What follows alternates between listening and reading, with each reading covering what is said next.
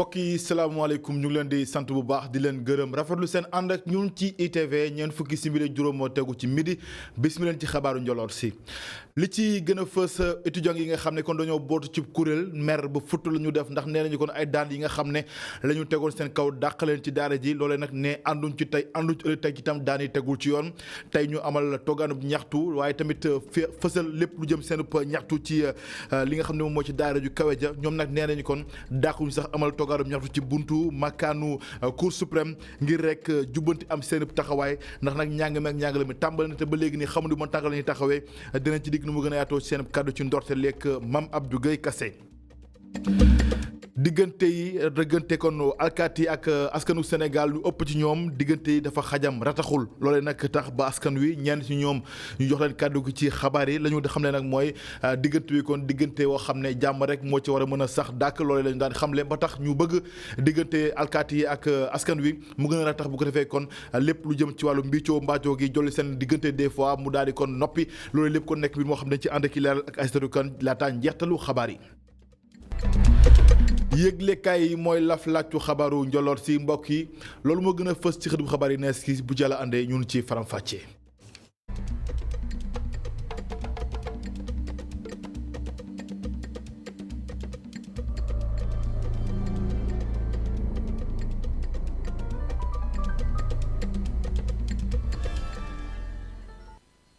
ñaari at jàpp juróom lañ leen daan loolu nag di ay étudiants yoo xam ne ñu ngi woon ci daara ju kawe ja université Cheikh Anta Diop bu Ndakaaru nee nañu nag dogal boobee àndu ci kuréel bi nga xam ne moo sàlloo teg yoon ci daara ja di commission de discipline moo ko daal di jëloon loolu nag nekk mbir moo xam ne ñoom étudiants yi dañoo booru ci kuréel di ko naqarlu ndax nag nee nañu kon dogal bi ànduñ ci tey ànduñ ci ëllëg teg ci sax dogal bi tegul ci yoon loolu lépp nag tax ñu amal ab ndaje ni ko tey jii ngir fësal seen ñàkk ànd ak seen taxawaay waaye tamit nañu fas yéene toxal taxawee bu ko defee saafara am seen mbir ñoom nag nee nañ kon dàquñu sax amal ab toogaanu ñaxtu ci makkaanu cour suprême bu ko defee bataaxal bi nga xam ne kon dugal nañ ko mu nekk nag lu yéex loolu seen gët ñu daal di baral jéego yi ba nga xam ne kon dañuy xaw bu baax fan la ñuy teg seen tànk ginnaaw owteb classe yi ci daara yi ñu teewlu ci kenn ci ñoom di Moussa Gueye moo seen kàddu ay kàddoom ci micro Mame Abdou Guèye Kassé. bien vrai que nag dañoo nekkoon au mauvais endroit et au mauvais moment moo tax sanction yi tey dal ci suñu kaw jëlaat dossier yi càmbaraat ko puisque ñun bu dee ñoo def mérito nan ñu sanctionné ñu mais comme que defuñu te dossiers yi dañ ko étudier woon à la va-vite nañ revisité waat dossiers yi xoolaat ko bu baax càmbaraat ko bu dee dafa am koo xam ne mérito na ñu sanctionné kon qu'on sanctionne mais ku mérito wut sanction maanaam place am ci amphithéâtre yi la autorités yi ñu ngi waxtaan ak ñoom ci côté sanction yi puisque bi ñu defee grève de la faim am na lu ñu promettre woon mais loolu gisaguñ ko moo tax tey ñu woowaat média bi pour alerter leen que ni nag situation bii nga xam ne ñun ci lan nekk fas ñu yéene continuer ci parce que tamit université dafa am nu mës di doxee te ñun on a adopté une démarche boo xam ne c'est une démarche pour apaiser en réalité le campus social surtout le campus pédagogique. bon cour suprême bëgg nañ fa dem def fa sitting parce que dañu gis ne mënoo déposer recours pour excès de pouvoir ba pare woote motif boo xam ne maanaam dañoo nekk ci cas d'urgence parce que moment boobu noonu étudiants yi dañ doon waaj a examen motif yëpp ñu dajale ko suñuy avocat ñu jox leen ko mais. À notre grande surprise le dossier a tardé puisque def na plus de 1 mois pour que ñu door di statuer alors qu'en réalité ça devait faire 48 heures donc loolu bëgg nañoo dem ñaawlu maanaam lenteur administrative boobu noonu am fële ca cour suprême parce que dañu gis ne dossier bi dafa yeex trop te warul demee noonu. ñu àddu ci wàllu wér-gu-yaram ak mbas meeg tolluwaayam ci Sénégal di nga tey ñetti nit ñoo si ñàkk seen bakkan yóbbu lim ñi ci faatu ba junni ak juróom-ñetti téeméer ak juróom-ñaar fukk ak juróom-benn ñoo ci faatu ko bi mbas mi duggee Sénégal ak tey jii ni ngi tey benn cas la ñu amee ci Covid 19 amul na kenn ko xam ne jot na wér ci mbas mi ñeenti nit ñoo nekk Sowtas waxtu wi kon lu toll ci fukk ak ñeenti nit ñoo nekk ci traitement 1 million ak ñaari téeméer ak juróom-ñetti fukk ak benn junni nit ak juróom-benn fukk ak juróom-benn téeméer ak juróom-ñeent fukk ak benn ñoom ñoo joto ñàkku ci mbasum Covid 19 bi. ba tey ci ñàkk wi ak mbas mi la ñuy desandi ndax waxtu wi kon xam ngeen ne bërëb ñuy ñàkkoo lim ñi fay dem dafa wàññeeku bu baax a baax donte nag li ñu nemmeeku mooy mbas mi dangar gi ma nga gën di wàññeeku ci Sénégal rawatina kon ci capitale bu Sénégal di Ndakaaru ca piscine olympique dem nañ fa foofu nag samp nañ fa ab bërëb boo xam ne mënees nañ fa daal di ñàkkoo ci waa Gaspard Camara kon ñoo ko fa daal di samp li ñu fa nemmeeku nag mooy nit yi ñu ngi ñëw waaye nag ci lim gu néew la ñuy ñëwee waaye nag tax ñoom ba ñu soppi seen taxawaay jëm ci wàllu woowu ndax jàpp na ni kon ñàkk mi dañ ko war a wéyal ci mbas mbasum Covid-19 bi ñu ànd ci leeral reportage Pape Madiakhaté Sarr Souleymane Diallo. lu tolloog fukk ci ay doomi aadama rekk ñoo xëy tey ci suba jubali ca piscine olympique bu Ndakaaru fii la équipe yu hôpital Gaspard Camara daldi installé wu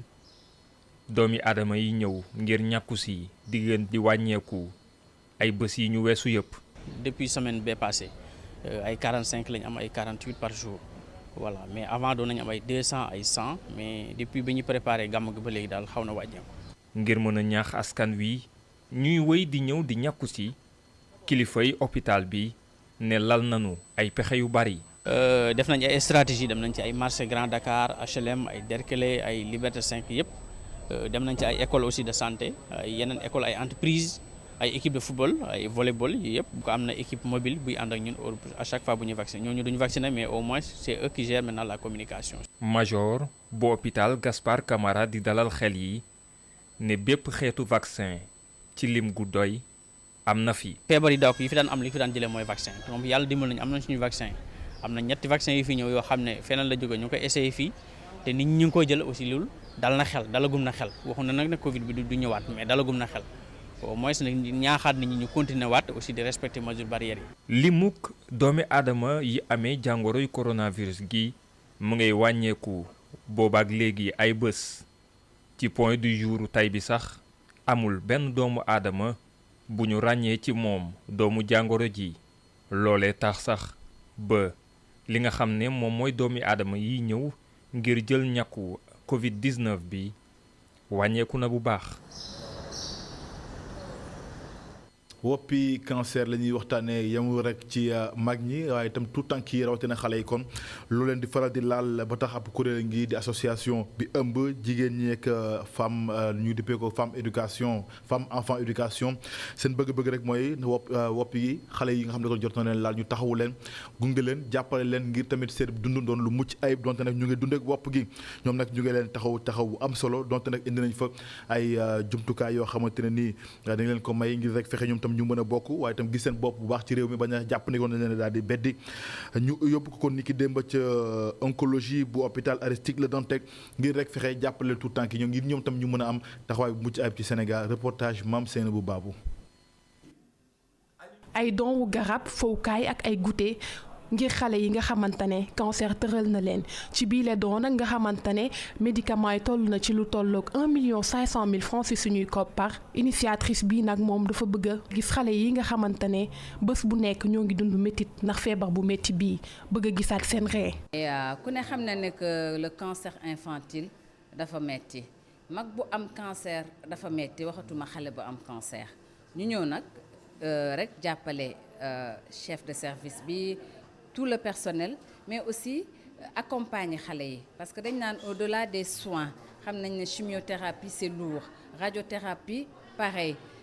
gis ngeen environnement bi tey y a eu beaucoup d'émotions ñu ne nag nañ ñëw ànd ak waa Biddew bu bees ñëw defal xale yi animation requinquer les parents. at mu nekk nag lu ëpp 200 xale am nañ doomu jàngoro ji di cancer mu nekk ab traitement boo xamante ne cher na doomu jàngoro ji tamit nekk loo xamante ne métti na lool ci xale yi waaye tamit ci seeni waajur ci loolee nag oncologue bu hôpital bu Dantec bi moo ngi rafetlu liilee. traitement bi gudd na traitement bi métti na traitement bi cher na kon suñu gisee société civile bi maanaam ay nit yi nga xam ne ñu ngi ci biir Sénégal. jógal seen bopp am yërmande ci xale yi am yërmande ci parents yi ba di wër di dajale pour lu ñu indil lu ñu jàppale ci faju xale yi du ñu def lu dul gërëm leen suñu seete ba seet ci dëgg-dëgg xale li leen fi indi faju la kon soo leen indilee li ñu soxla maanaam garab yi du ñu def lu dul sant la. ñu nekk ay xale yoo xamante ne cancer lañ am mu nekk ab jàngoro yoo xamante ne dafay laaj xaalis bu bëri waaye laaj tamit doole ngir mën a supporter lii di prise en charge médicale bi ay yére ay fowkaay ñu seddale leen ko ngir mën leen jàppale ñoom ak seeni famille.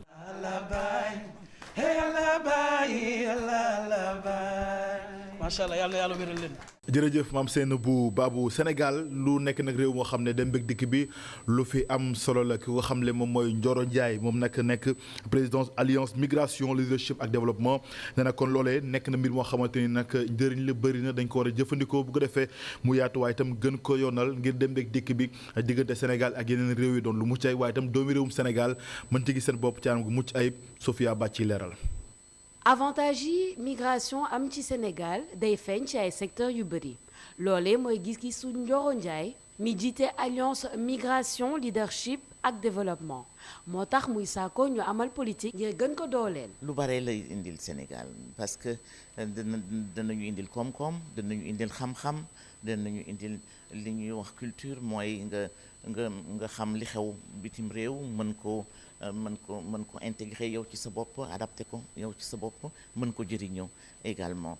li ñuy def ne serait-ce que FESPACO le FESPACO actuellement lañ fay def aussi c'est grâce à la mobilité c'est grâce à la migration des gens ici et ailleurs au niveau de l'Afrique looloo tax ñu mën ko def mu mën a am succès bi mu am. wàllu migration mu mel ni privé bi moo si def ay investissement muy loo xam ni war nañ ko soppi Ndioro Ndiaye di sàkku ñu gën leen gunge jóge ci gouvernement bi ngir mu amal njëriñ askan wi. koom-koom boobu dañ ko moom mooy ki ko liggéey en réalité la grande erreur bi nit ñi di def mooy dañu yaakaar ne koom-koom boobu ak nu mu doon ci ay milliards c'est 400 milliards de dollars qu'on a pour 2020 pour tous les pays en voie de développement eh bien lu mu bari xaalis jàmbur la donc bu fekkee ne da nga bëgg utiliser xaalis boobu da ngay waxtaan ak ki nga xam ne moo ko moom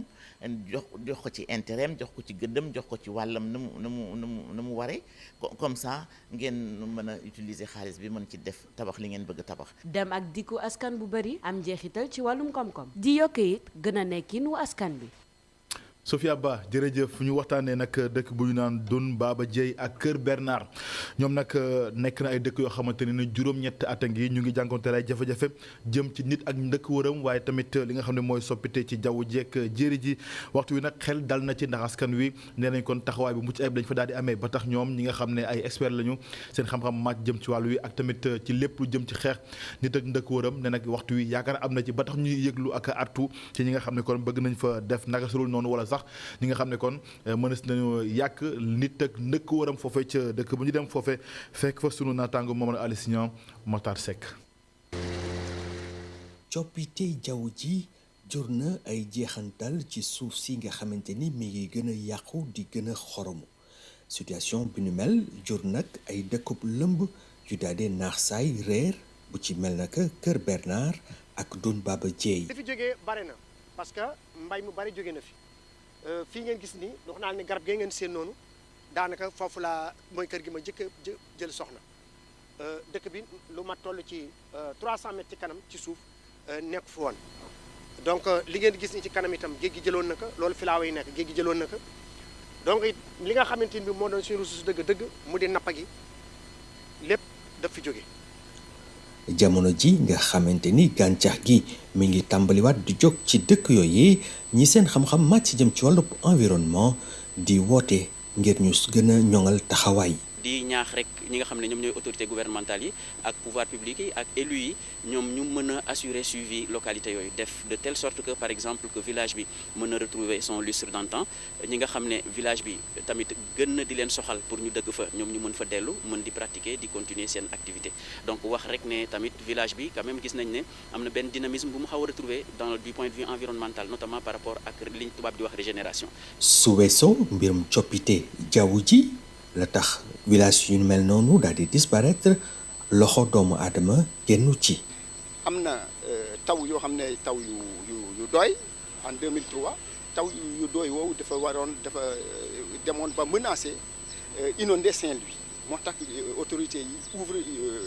ouvrir une brèche pour faire baisser le plan d'eau ay yooyu mooy problème. ngir nag mën a taxaw ci. coppite jaww ji ak problème mu alam bi spécialiste yi di xamle ni dañoo war a dugal bu baax a baax askan wi ak experts yi ci bile xeex. Mamadou Aliou Signon jërëjëf. Daaru Salaam ma nga ca Lac Rose foofee nag askan wi fa yeewoo waxtu wi seen xel dal na ndax lu doon seen jàmbat lu yaatu mooy ndox mu sell waxtu wi kon ma nga fay bale ginnaaw njàppandalu ñoo xam ne ay doomi Turki lañu loolu lépp nag nekk askan wi lu ñuy rafetlu waaye nag foofee nga xam ne mooy Lac Rose bokk na ci ñeenti dëkk bokk mooy nekk ñeenteelu dëkk bi nga xam ne jot na mën a jot ci projet bi ñu dippee Sénégal nga xam ne kon ay doomi Turki ñoo ko def ngir rek Sénégal ndox mi mën fi daal di daj waaye tam mën a amee ci anam gu mucc ay ginnaaw nag dëkk bu ñu naan Kër Bakary ak Lompoul Lac Rose moo ci jaar di jotee foofu ca Daaru Salaam Mamadou Dieng ci àndal ak Moussa Fall reportage.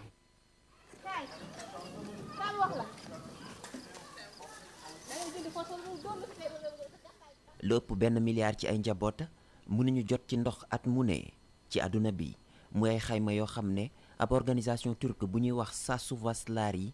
moom moo ko fësal la ñoom volontaires yi ñu xam leen lool ci àdduna bi ñuy xeex ngir nit ñi mën a jotee ci ndox saa suñu ko bëggee.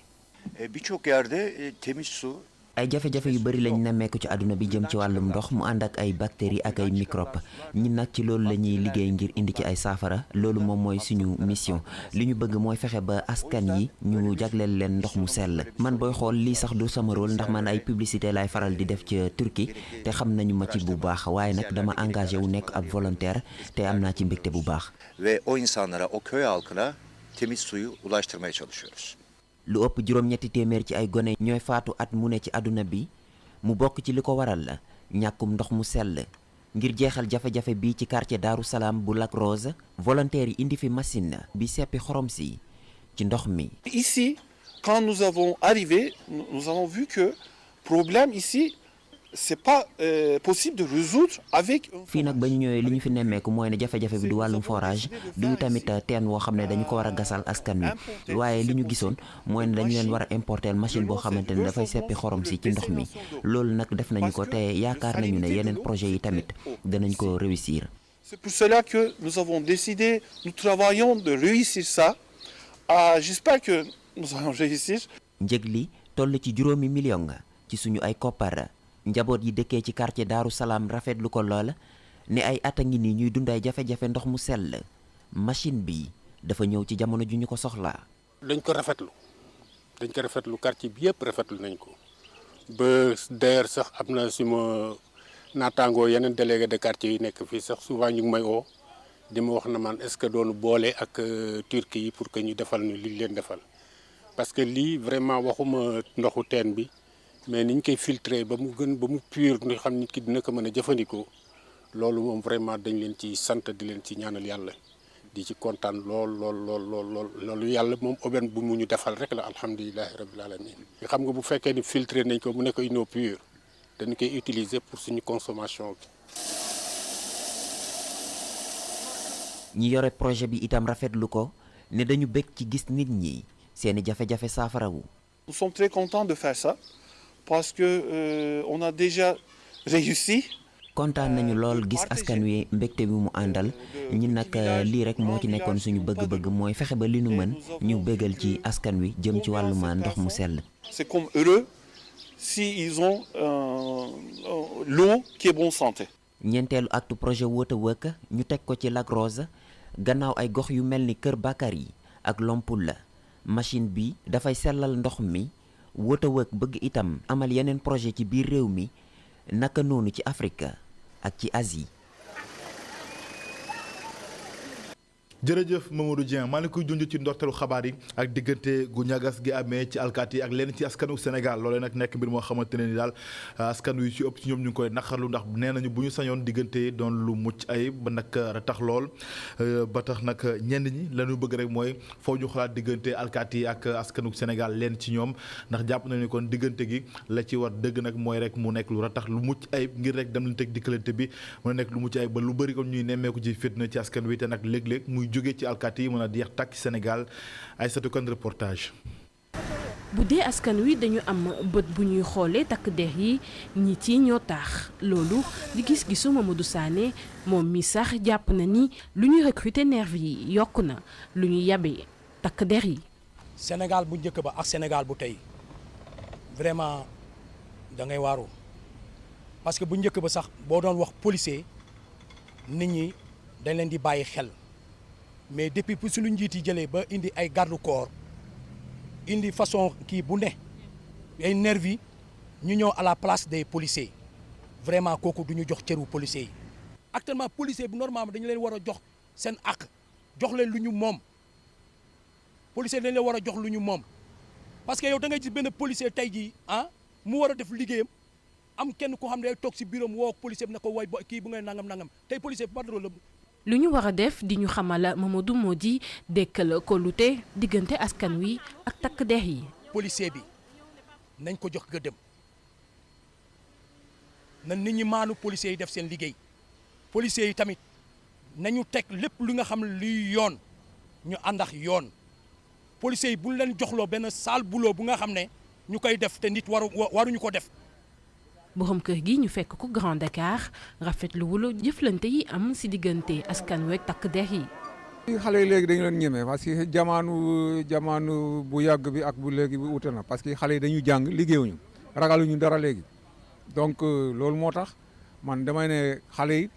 dañuy mer contre policier dañuy mer contre gouvernement bi parce que aussi dañu war a respecter takk der yi parce que takk der yi ñoo fi nekk pour ñun. policiers yi aussi day passé nañu léegi te dóor citoyens yi dañu war a respecter policiers yi gouvernement bi dalal kel xale yi bu policier defee boo xam ne du yoon ñu jaarale ko ci yoon. ngir rataxal diggante takk der yeeg askan wi ñii ñu jot a waxal di ñaax ñu teg ay dogal yu leer ngir xeex lépp loo xam ne mun na gàkkal ni askan wi ak penc mi tëddee te loolu ku nekk wax na see xar tànk tubéyam.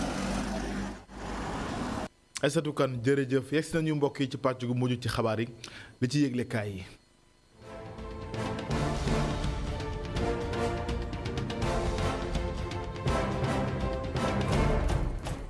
mbaa yéen a nga ca coalition Yewwi Askan Wi ci tasar la jëm ci Dakaru capitale bu Sénégal Les Échos ni Pastef bu Dakaru nag lépp luy activité am di yëngu-yëngoom teg na ko ci suuf ci coalition Yewwi Askan Wi te boo moyulee dafa nar a dem ci élection locale yi moom kese ci Dakaru ndax gars yi Ousmane Sonko yi nee nañu ëllëg ci aljuma gi seenam candidat yi dañ leen samp ci mboolemu gox yi ci Dakaru capitale bu Sénégal yéeglekaay bi ne li waral coow li mooy ndaje bi ñu amal niki démb ci Hann Bel-Air ndax réunion bu tàng jër lañ fa amal gars yi gedd amal bi le taxawaay ci Dakaru capitale bu Sénégal Vox Populi ni Pastef bu Dakaru koy daa gedd génn ci coalition Yewwi Askan Wi ndaxte gars yi Ousmane Sonko yi nee nañu gars yi Khalifa Sall ci Ndakaaru seen bëgg-bëgg mooy teg yoxo mboole mu gox yi ci Ndakaaru capitale bu Sénégal te loolee Abbas Fall ak gars yi nee nañu àndu ci tey àndu ci ëllëg ndaxte duñ ko nangu ba tax ñu ne ci fukk ak juróom-ñeenti gox yeeg gox-goxaat yi nekk ci capitale bu Sénégal ñoom dinañu fas yéene am mbër te aljuma gi ñu dëg mën ci ëllëg gi dinañu samp seen mbër jëm ci élection locale yi problème yi démarré na de coalition Yewwi Askan Wi ci tas dëgg nag la jëm yëglekaay bi ne gaal gaa ngay tëmb te boo mooy dee nag ci suux la jëm ci Ndakaaru ndax ginnaaw guerre bi sampe diggante Barthélémy Dias ak Soham Wardini geneen coowal gi dolleeku ci biir coalition Yewwi Askan Wi ci Ndakaaru capitale bu Sénégal diggante waa Pastef fi ak waa Khalifa Sall di waa coalition Taxawu Sénégal bu Ndakaaru ndaxte waa Pastef Ndakaaru nee nañu gaayu Khalifa Sall dañoo foqale ndax seen bëgg-bëgg mooy jiite mboole mu gox yi ca Ndakaaru capitale bu Sénégal te loolee ñoom nee nañu ko seetaan mukk muy addu ci réewum Sénégal ba tax ñu ne 19 communes yëpp dañoo fas yéene samp seen mbër te ëllëg lañ koy jëmmal La Tribune ne coalition Yewwi Askan Wi bu guddee fan ba élection locale yi daal dina ma jaaxal ndaxte bu dee waa Pastef dañoo gedd génn coalition bi daj ci suuf lépp lu di seen yëngu-yëngu ci Ndakaaru waa PUR moom ñu ngay gën a sori langue wi di gën a sori coalition Yewwi Askan Wi las ne est-ce que Ousmane Sonko njiital Pastef ak gars yi nekk ci base bi seen kàddu nekk na benn ndax jëfu waa Pastef Ndakaaru moo koy firndeel Libération ne en tout cas nag fippu yeeg ñaxtu yi tàmbali na ci biir coalition yi jëm ci élection locale 2022 yi yëglekaay bi ne coalition Yewwi Askan Wi ci Ndakaaru coow li nee na kuur diggante waa Pastef ak waa Taxawu Sénégal bu Ndakaaru ndax waa Pastef nee nañu duñu ànd ak mu coalition Yewwi Askan Wi ci Ndakaaru capitale bu Sénégal te ëllëg la ñu fas yéene samp seen mbëri ci aljuma gi jëm ci élection locale yi ñu dëgmal ci Sénégal yëglekaay bi ne Mary Teuw Niane ma ngay sampal ndënd njiitu réew mi Macky Sall ak Mansour Faye ndaxte moom Mary Teuw Niane jëwriñ nga woon nee na bër la ci élection locale yi ca Ndar Géej dëkku Maam Kumba Bang moom bëgg-bëggam bi Mary Teuw Niane tollanti ko ci l'info ndaxte nee na candidature bi ca Ndar Géej kenn mënu ko cee jëlee ndax ndogal bi jib na ba noppi moom Mary Teuw Niane yamu ca ndaxte nee na du nangu benn kilifa bu toog fii ci Ndakaaru di leen tànnal seen maire ci Ndar Géej Source A ne bu dee coalition Yewwi Askan Wi ci tas la jëm ci Ndakaaru capitale bu Sénégal coalition Wallu Sénégal yi tamit léegi tey mu tas ndax taxawaayu waa PDS ci Ndakaaru ca Touba ak ca Mbàkke moo merloo gaay yi ba futu ndaxte nee nañu gaay yi itam dañoo foqale ëppal seen bëgg-bëgg ci gox yi looloo tax ba bokk gis-gis bu Pape Diop ni daa ko ñu dem ci élection locale yi ñoom kese génn coalition Wallu Sénégal Sud Quotidien ne Aminata Mbengue Ndiaye ki gaayam kay leer nañu dëgg seen taxawaay ci élection yi ndaxte nee nañu tey li ñu gën a des ci coalition Benno Bokk Yaakaar te ñoom lañu fas yéene àndal ci élection locale yi ci Sénégal ci 2022 gi Walfadjri ni parti socialiste ak Benno Bokk Yaakaar ñooy ànd ci élection locale yi waaye nag Aminata Mbengue Ndiaye ki gaayam lal nañu benn plan B bu dee seen bëgg-bëgg yépp antul laas ne njiitu réew mi Macky Sall dakal na xëccoo beeg mbiicoo mbaaloo gi am ci biir coalition Benno Bokk Yaakaar ndaxte moom Macky Sall nee na maire Benno Bokk Yaakaar yëpp dañuy des seen gox yi maanaam ñëpp ñi nekkoon maire dañ leen tollanti ci seen bopp maire yi coow li jeex na de yéeglekaay bi ne njiitu réew mi Macky Sall sauvé na allié yi bokk ci Benno Bokk Yaakaar ndax commune bu nekk ka fa nekkoon maire boo nar a jiite maire ba ginnaaw kàddu yi nga xam ne jibal nañ ko démb ci conseil des ministres bi yéeglekaay bi ne kàddu yi nag des nañ koy dëggal ndax am na ba tey ji ay responsable yu bokk ci Benno Bokk Yaakaar rawatina ci APR kàddu gi naroon ci tënku La Tribune Direct News 24 heures ak critique ne Bougane Gueye Dany njiitu gëm sa bopp tas na tasar coalition Benno Bokk Yaakaar ci Guédiawaye ndax lu toll ci fanweer ak juróom benn conseil ci Guédiawaye ñoo ko dikkee renfort ci coalition gëm sa bopp Alerte Quotidien ak Vox Populi ni commission ad hoc bu assemblée nationale samp nañ ko niki démb te l'opposition bu Sénégal Mame Diarra Fam ak Bara Dolly ñoo leen fay teewal ci commission bi te niki ëllëg ci aljuma gi danañu xam juróom-ñeenti membre yu coalition Benno Bokk Yaakaar nar a sëgg ci yëkkati malaanu kiir laayu député Mamadou Sall ak Boubacar Biaye mi nga xam ne seen tur jib na coowal passeport yi jaba jonge ci Sénégal Alerte Quotidien ne coowal D-Média Birahim Seck ma nga rectifier Abdoulaye Daouda Diallo Direct News ne scandale dëgg nag moom ca Medina Baye jëm ci coowal suuf te Ndiaye Rahma lañ ciy tudd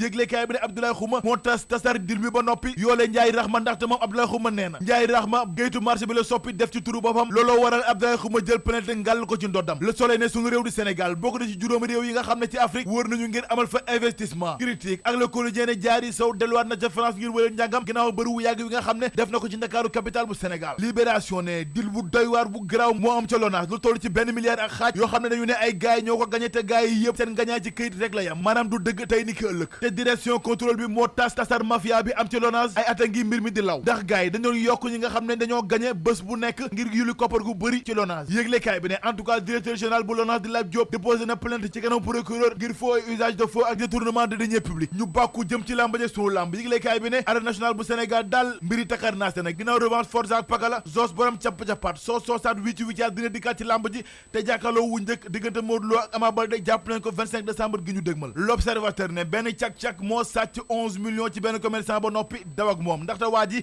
dana ko jox koppar gi ci benn colis ngir mu yóbbul ko commerçant bi waa ji daw ak millions yi yëpp ne mër see ci ngelaw li mais da ngay seet loolu rek gërëm leen bu baax mbokk yi ci ànd beek ñun ci ITV loolee moo laf laajcu xabaaru njoloor si gërëm ñëpp ñu ci jàpp ba lépp yem rédaction bi jox leen dig daje xabaaru maraxee bu ci àlande fii ak boobu ngeen wéy di ñu topp ci ITV ndax mbiri ngi ci jërë ngeen jëf ñu ndoog jàmm